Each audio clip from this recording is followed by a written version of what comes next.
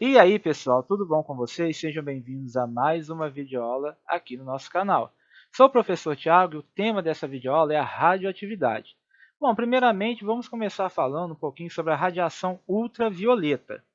Então, as radiações ultravioleta, cujas frequências variam de 10 elevado à 15ª potência Hz até 10 elevado a 17 Hz, aí em valores aproximados, e os comprimentos de onda de 400 nanômetros a 100 nanômetros, respectivamente, são gerados por elétrons excitados que mudam de um estado mais energético para outro menos energético, emitindo radiação.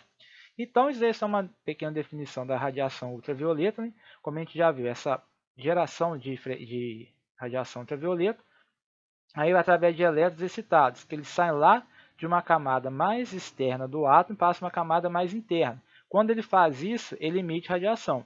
E se tiver nessa frequência, é uma radiação ultravioleta. Bom, as radiações ultravioletas foram descobertas pelo físico alemão Johann Wilhelm Ritter, Nasceu em 1766 e morreu em 1810. Ele fez isso lá, ele descobriu em 1801. Então, as experiências de Ritter com cloreto de prata exposto à luz visível permitiram a conclusão da existência de raios invisíveis, além do violeta, no espectro solar.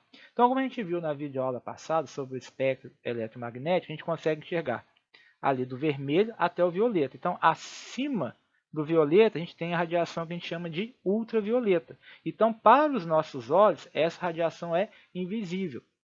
Então, o Ritter descobriu que para comprimentos de onda menores que o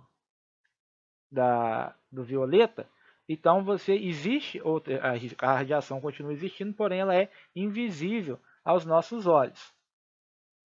Então, de toda a radiação ultravioleta emitida pelo Sol, ou seja, toda a radiação que a gente recebe aqui, todo o espectro eletromagnético, quem é responsável pela sua produção, pela sua emissão, é o Sol. Então, de toda a radiação ultravioleta que o Sol emite e que pode atingir a Terra, uma parte dela é blindada pela camada de ozônio, principalmente a radiação ultravioleta C.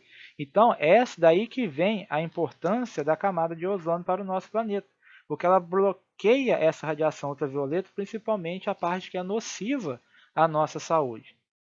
Agora, embora essas radiações solares sejam essenciais ao desenvolvimento de plantas e animais, a gente não pode esquecer que exposições prolongadas ao sol, principalmente a sem proteção, em horários de maior incidência, igual anuncia na televisão, não tome sol entre 10 da manhã e 4 da tarde, elas podem provocar efeitos biológicos indesejáveis no nosso organismo, como, por exemplo, o câncer de pele e a catarata. A gente observa que a pele e os olhos são órgãos mais sensíveis à radiação ultravioleta. Então, a gente tem que usar o protetor solar e os óculos protetores, Então, para as pessoas que ficam muito tempo expostas aos raios solares, principalmente as pessoas que trabalham ao ar livre.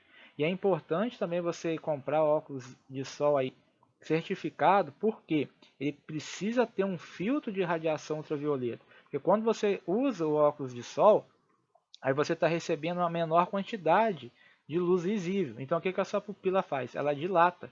Então, a parte lá do seu olho que capta nessa radiação visível, ela fica mais aberta, fica mais exposta ao sol. Então, se você estiver usando um óculos de sol sem proteção, você vai estar recebendo mais radiação ultravioleta e que pode danificar a sua visão. Agora, a interação da radiação ultravioleta de baixa energia, grandes comprimentos de onda, com a pele estimula a produção de pigmentos responsáveis pelo bronzeamento, que é o escurecimento da pele. Então, é através daí que a gente tem, as mulheres gostam de se bronzear, ir para a praia e pegar uma marquinha, uma corzinha. Então, quem faz isso é radiação ultravioleta de baixa energia. Agora, por outro lado, as radiações ultravioletas com pequenos comprimentos de onda possuem energia suficiente para danificar as células da pele. Então, toma cuidado com isso. Então, embora a maioria das radiações ultravioletas seja classificada como não ionizante, ela pode provocar a excitação de elétrons. E, nesse caso, os elétrons não são arrancados do átomo, mas levados a um nível energético maior. Então, uma radiação ionizante, o que acontece? O que é um íon? É um átomo que tem carga elétrica. Ou você tirou um elétron dele, ele se transforma em um ânion, ou ele transforma em carga, ou ganhou um elétron, então fica com carga negativa e se transforma num ânion. Então a radiação ionizante ela arranca elétron do átomo.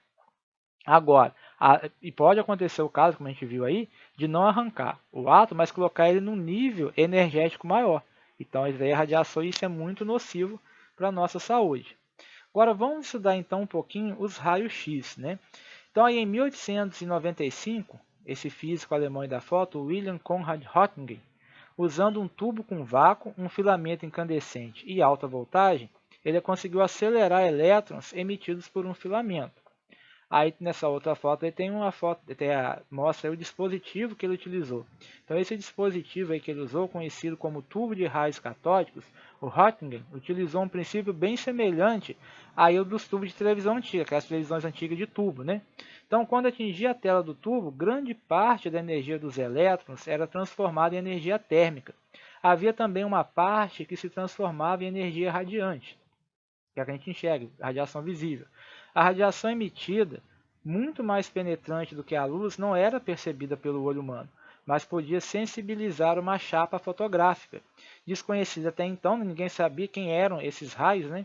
Ela foi chamada de radiação X ou raio-x, né? Quando a gente não sabe resolver, a gente coloca lá um X na matemática, certo? Então, a descoberta de Röntgen rendeu a ele o Prêmio Nobel de Física em 1901. Ele foi o primeiro cientista a receber o Prêmio Nobel de Física. E essa descoberta dele teve uma grande aplicação praticamente imediata na medicina, nas radiografias, né, permitindo o acesso a regiões das quais a nossa visão não penetra. Então, aí na foto a gente tem aí o dispositivo de um raio-x, né, tirando a radiografia de um pé. Aí depois que você tira a radiografia, você tem aí o raio-x aí dos pés, né, vendo se tem alguma lesão. E nessa foto aí nós temos a foto da primeira radiografia da história, que foi tirada em 1896. Essa imagem é da mão de Berta, né, esposa de Röntgen. Você pode ver aí que tem até a aliança de casamento dela. Agora, hoje, nós sabemos que os raios-x são radiações eletromagnéticas com comprimentos de onda muito pequenos, da ordem de 10 elevado a menos 10 metros, e frequências muito altas, da ordem de 10 a 20 Hz. São radiações extremamente energéticas, com alto poder de penetração, produzido por oscilações que ocorrem em nível atômico, ou pela desaceleração brusca de elétrons. Os raios-x e os raios gama pertencem à classe de radiações denominadas ionizantes, aquilo que eu falei. Ela consegue arrancar elétron do átomo. Agora preste atenção no seguinte: são produzidas por oscilações que ocorrem em nível atômico ou pela desaceleração brusca de elétrons. Aquelas televisões antigas, elas tinham um tubo que emitia elétron e quando ele chegava na tela, ele era desacelerado. Quando ele sofria essa desaceleração, ele emitia uma luz visível, que era o que a gente enxergava na tela. Então, aquelas televisões de tubo antigas, além de serem extremamente pesadas e consumir muita energia elétrica, elas também faziam muito mal se você assistisse ela muito de perto, porque ela estava emitindo radiação também. Agora, com o desenvolvimento das radiografias, né, tornou-se possível diagnosticar pequenas anormalidades no tecidos, como fraturas ósseas, por exemplo. Então, ou seja, você conseguia ver o osso dentro do corpo da pessoa sem ter que abrir a pessoa. E não é só na medicina que teve grandes aplicações práticas. Olha aí na foto. Nas indústrias, os raios-x são muito empregados em dispositivos de segurança. Aí, se você utilizar um raio-x de baixa energia, você pode verificar, por exemplo, o conteúdo de embalagem sem a necessidade de abri-las. E aí, no aeroporto, a gente tem esse raio-x aí do aeroporto, eles são muito úteis na identificação de objetos metálicos em bagagem, sem você precisar abrir a mala do passageiro. Certinho? Muito bem, encerramos aqui mais uma videoaula. Peço aí que você deixe seu joinha, se inscreva no canal se não for inscrito e até a próxima videoaula, pessoal. Forte abraço!